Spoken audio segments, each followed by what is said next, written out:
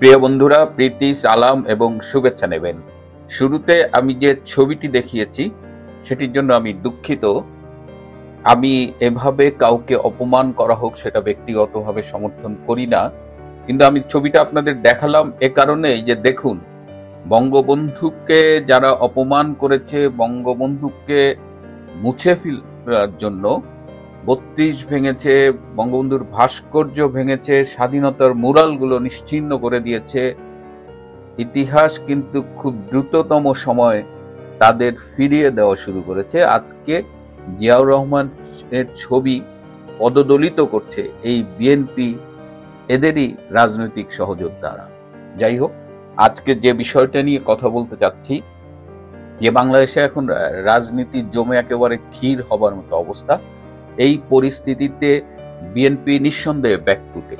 বিএনপির ভারপ্রাপ্ত চেয়ারম্যান তারেক রহমান গত শুক্রবার রাতে বাংলাদেশের এই দখলদার প্রধান উপদেষ্টা ডক্টর ইউনূসকে ফোন করেছিলেন এবং তিনি ফোন করে বেশ কিছু বিষয়ে কথা বলেছেন। ডক্টর ইউনূসে উত্তর দিয়েছেন। আমি জাস্ট সামারিটা বলবো যে তিনি বলেছেন যে এই যে সারা দেশ জুড়ে হঠাৎ করে একটা বিএনপি বিরোধী যে আন্দোলন শুরু হয়েছে, তারেক রহমান মনে করে যে এর পেছনে ইউনূস সরকারের মদত রয়েছে। এবং তারেক রহমান আরো বলেছেন যে আমি তো সরকারকে, মানে আপনার সরকারকে অপরাধীদের গ্রেপ্তার করতে মানা করিনি, কিন্তু আপনারা কেন করছেন না? এবং এই যে সব কিছু হচ্ছে বর্তমানে, এটি একটি ষড়যন্ত্র এবং নির্বাচন বানচালের ষড়যন্ত্র, যাতে নির্বাচনটাকে দীর্ঘায়িত করা যায় এবং ক্ষমতা কন্টিনিউ করা যায়। এবং তারেক রহমান এও বলেছেন যে আমি তো আপনাকে ২০০ কোটি টাকা পাঠাতে বলিনি, আপনি এটি পাঠানোর ব্যবস্থা করেছেন এবং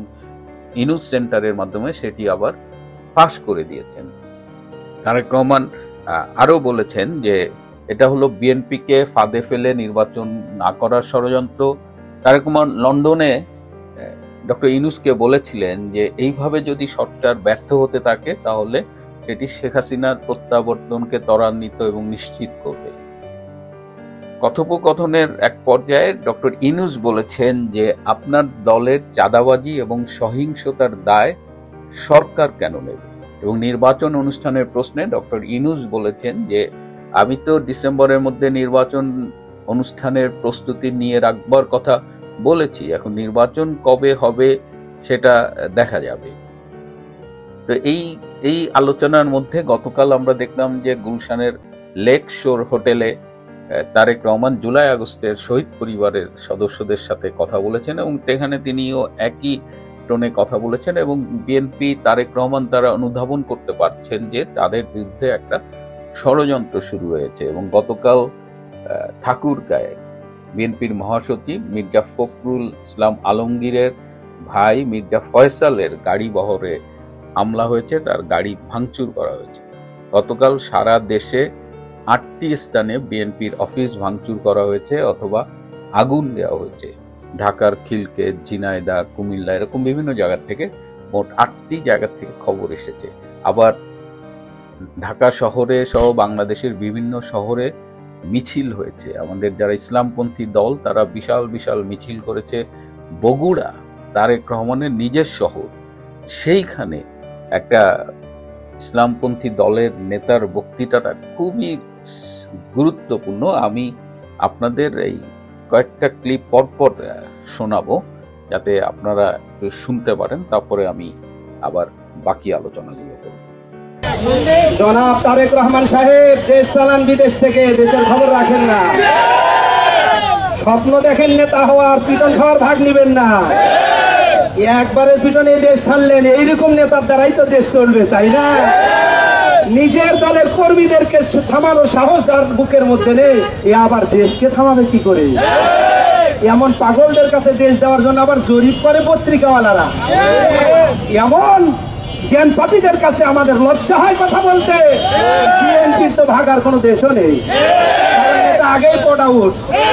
এই জন্য তোমরা আরো সাবধান হয়ে যাও। বঙ্গোপসাগর পাড়ি দিতে পারবে তো?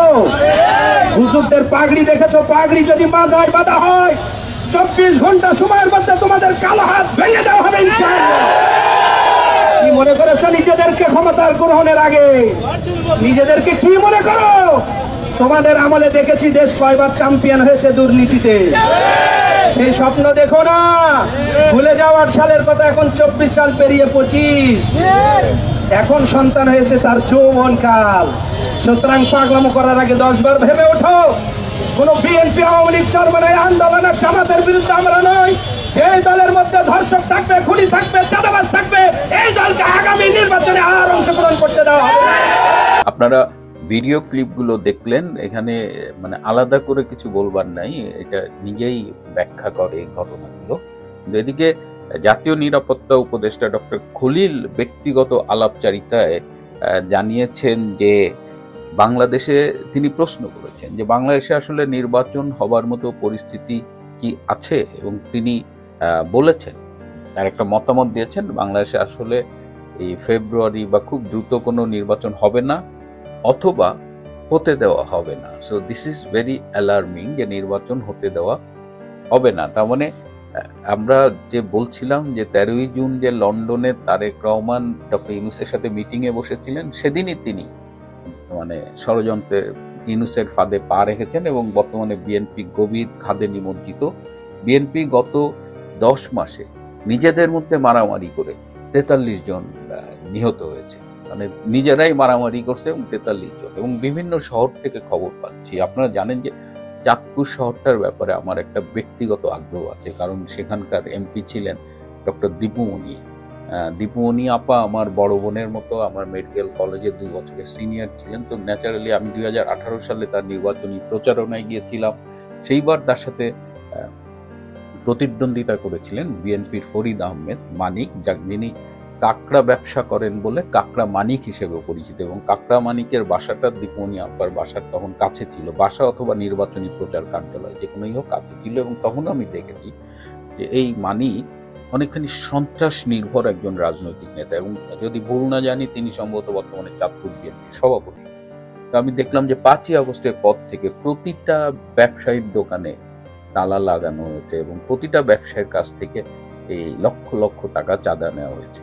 একজন সুভাষ রায় নামে একজন সংখ্যালঘু রয়েছেন, তার মাধ্যমে হিন্দু ব্যবসায়ীদের কাছ থেকে তিনি চাঁদা নেন, এবং সবার বিরুদ্ধে পারলে মামলা দিয়েছেন। তিনি দীপুমণির বাড়ি ভাঙচুর বা অনেকের বাড়ি ভাঙচুর করিয়েছেন। আদালতে ফরিদ আহমেদ এই কাকড়া মানিকের নিজস্ব আইনজীবী ছাড়া কেউ মানে আসামিদের পক্ষে দাঁড়াতে পারে না, এমনকি তিনি কয়েকজন আইনজীবীকেও জেল খাটিয়েছেন।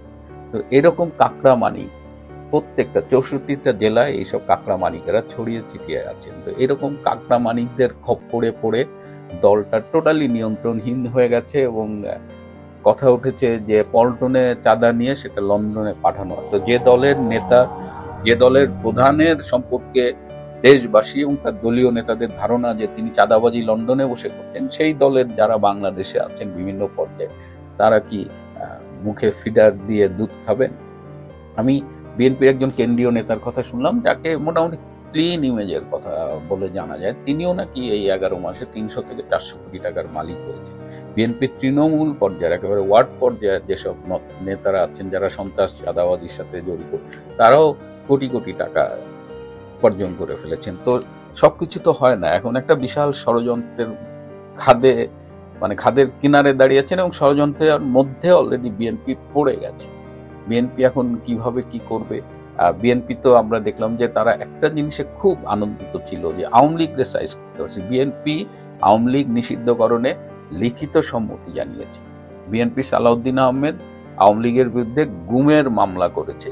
এই মামলাগুলো করে বিএনপি থেকে আওয়ামী লীগ থেকে বিএনপিকে দূরে নিয়ে বিএনপিকে একঘরে করে এখন আচ্ছা মতো বিএনপিকে মানে এক হাত দেখে নিচ্ছে এই ইউনূস, এনসিপি, জামাত, মানে যারা ষড়যন্ত্রটা করছে মূলত। এবং বিএনপি এখন কি করবে এটা দেখার বিষয়। তবে বিএনপির একটাই উপায়, যদি আওয়ামী লীগ যদি ইনক্লুসিভ নির্বাচনে আবার এখানে প্রতিদ্বন্দ্বিতা করতে আসে, তাহলে আবার দেখবেন যে বিএনপি আবার জামাত কিন্তু এক হয়ে গেছে। কিন্তু সেটা আওয়ামী লীগের প্রত্যাবর্তন যদি নিশ্চিত না হয়, এই বিএনপিকে এবার খেয়ে দেওয়ার জন্য আপ্রাণ চেষ্টা করবে। এবং সব শেষে আমি আপনাদের একটা টেলিফোন আলাপ শোনাবো, যে ডক্টর ইউনূস এবং আসিফ নজরুলের মধ্যে টেলিফোন আলাপ। আমি আমি তো আর বিবিসি নই যে এটা আমি কোথাও পাঠিয়ে ভেরিফাই করে নেব, তবে আলাপটা কিন্তু খুব গুরুত্বপূর্ণ। ডক্টর ইউনূস কি আসলেই চান তারেক রহমান বাংলাদেশে ফিরে আসুক? আপনারা ভিডিও ক্লিপটি দেখেন। তো তার আগে আজ এ পর্যন্তই। ভালো থাকবেন, সুস্থ থাকবেন, তার চেয়েও জরুরি হলো নিরাপদে থাকবেন। সবাইকে অনেক ধন্যবাদ। তারেককে চিনো না? 2001 2006 মনে নাই? বেয়াদব একটা। তাকে কোনো মতেই দেশে ফিরতে দেয়া যাবে না। জি স্যার। তারেককে তো আমেরিকাই বলছিল ক্ষতিকর, তখন তো 10% দিত, এখন তো 20% চাইবে। তোমরা দিবা? না স্যার, এটা